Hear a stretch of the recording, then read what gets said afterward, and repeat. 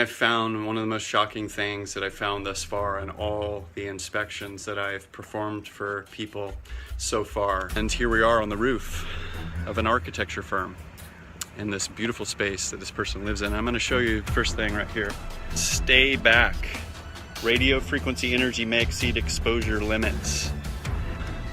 This person just found out recently that they have cancer, and they've actually been helping their son for the last year or so, who's 25, who also has cancer. And I'm going to show you what is behind this building, and I'm really shocked.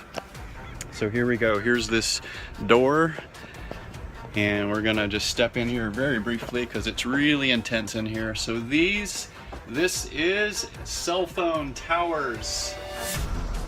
Look at that. It's unbelievable.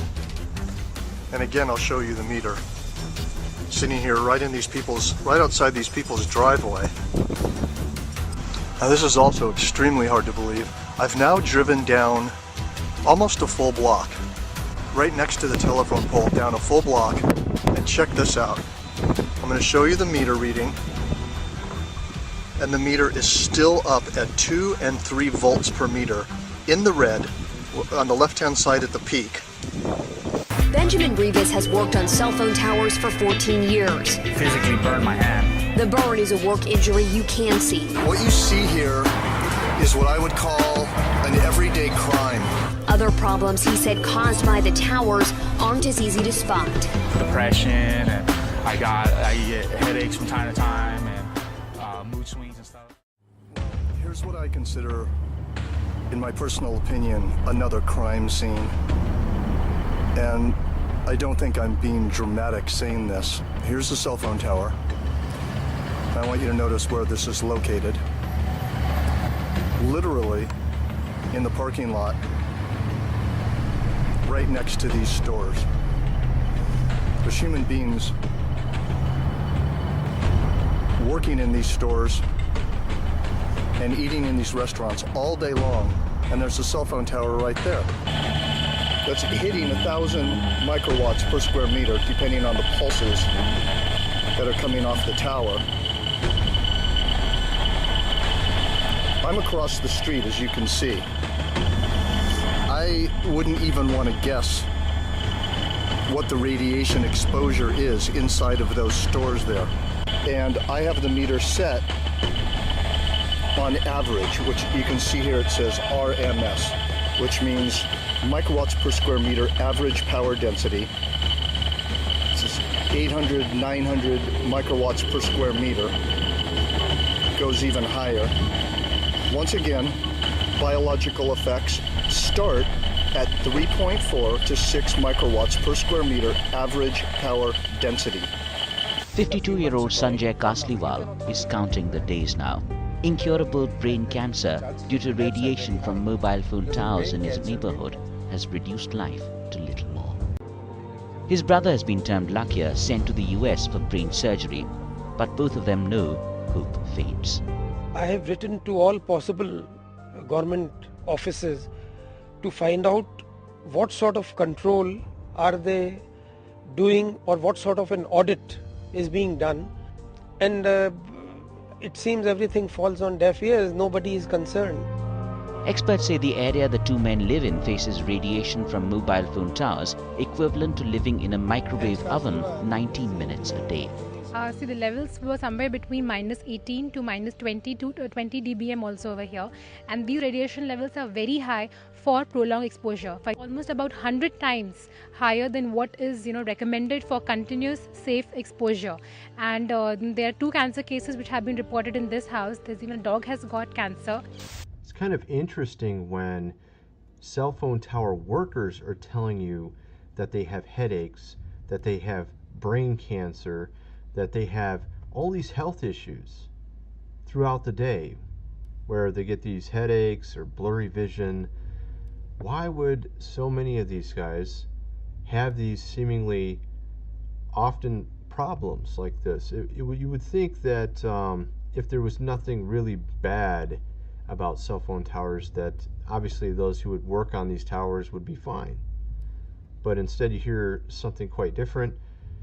And with the readouts with this, 1,000 plus microwatts per square meter measured near one of these cell phone towers, when it only takes about 10 microwatts to even have any effect on you. So we're talking 100 times the threshold for where it actually can cause harm to a person. So it's very interesting. You know, some people have mentioned that when they've lived near cell phone towers that they've had headaches and depression, and this is also something that these tower workers have mentioned as well, having even depression from doing this. So this also begs the question of whether or not these patents I've shown in a previous video really are something that is being used on some of these towers to where it can actually influence you. These frequencies that they use can cause certain types of emotions and certain types of feelings. At certain frequencies, it makes you even potentially depressed feeling. And in other frequencies, it can cause you to even become enraged. And why is there so many cell phone towers? And in many cases, these cell phone towers, if you put your cell phone directly towards them in the range, and it doesn't do anything. You go look up the cell phone tower online, it says it's for this certain particular company, let's say Sprint. You go and take your phone over to it and you have no bars. It doesn't even make any sense. Or even have some of these cell phone towers multiples in a row. Why would you have so many in a row? What's the relevance of that? It's supposed to be covering certain square footage, allegedly, but instead we have them lined up near a highway. Why would they be doing that? Especially not very far apart. So it makes you kind of wonder what they're really for here. To broadcast the entire Earth, it takes 2 kilowatts, 2 hair dryers. Now a microwave oven uses 1,000 watts or 1 kilowatt. Here's the damage 1 kilowatt can be done by somebody when they take a magnetron out of a microwave and turn it into a ray gun. This is just a small example of a low-tech weapon running on 1,000 watts. Then you have these things here, these huge towers of death. Now each row in this tower, an array, or a set of dishes or rectennas or whatever you want to call them, is connected to a cable with a maximum power output of 300,000 watts, or 300 kilowatts. That's 300 microwave ovens. We base that conservative estimate based on the gauge of the cabling that's running up to one of these arrays. They're estimated at 300,000 watts per cable. Those aren't fiber optic cables running up to those arrays. It's a thick copper gauge transmission line quality cable running up those towers. Now if there's 10 cables, that's like 3 megawatts of power. And these cables are out there to output power to the magnetron, not for data transfer. That's an important point. These cell phone towers are weaponized. There's no other reason to have this much power running up the cables. It isn't for data transfer. Now, FCC regulations limit normal transmission per array to about 400 watts. To put that into perspective, 1 watt from your phone can go 25 miles to the nearest tower. A 1,000 watt magnetron on a stick can blow shit up. And these towers have a 300 kilowatt power line running up to each rectenna. And who knows, there could be an amplifier at the top of these towers that steps up the power even more. The point is here, ladies and gentlemen, is that these companies like Lucent and Google could turn up the juice at any time and nuke a town. They could nuke the entire country without any warning, without anybody being able to protect themselves. They could cook them like a boiling frog in the middle of the night. This infrastructure is not only in place, it's built up with multiple levels of redundancy. Every big city has thousands of these death towers. And all that needs to happen is for an AI from Google or whoever to come in and nuke everybody at once and take over.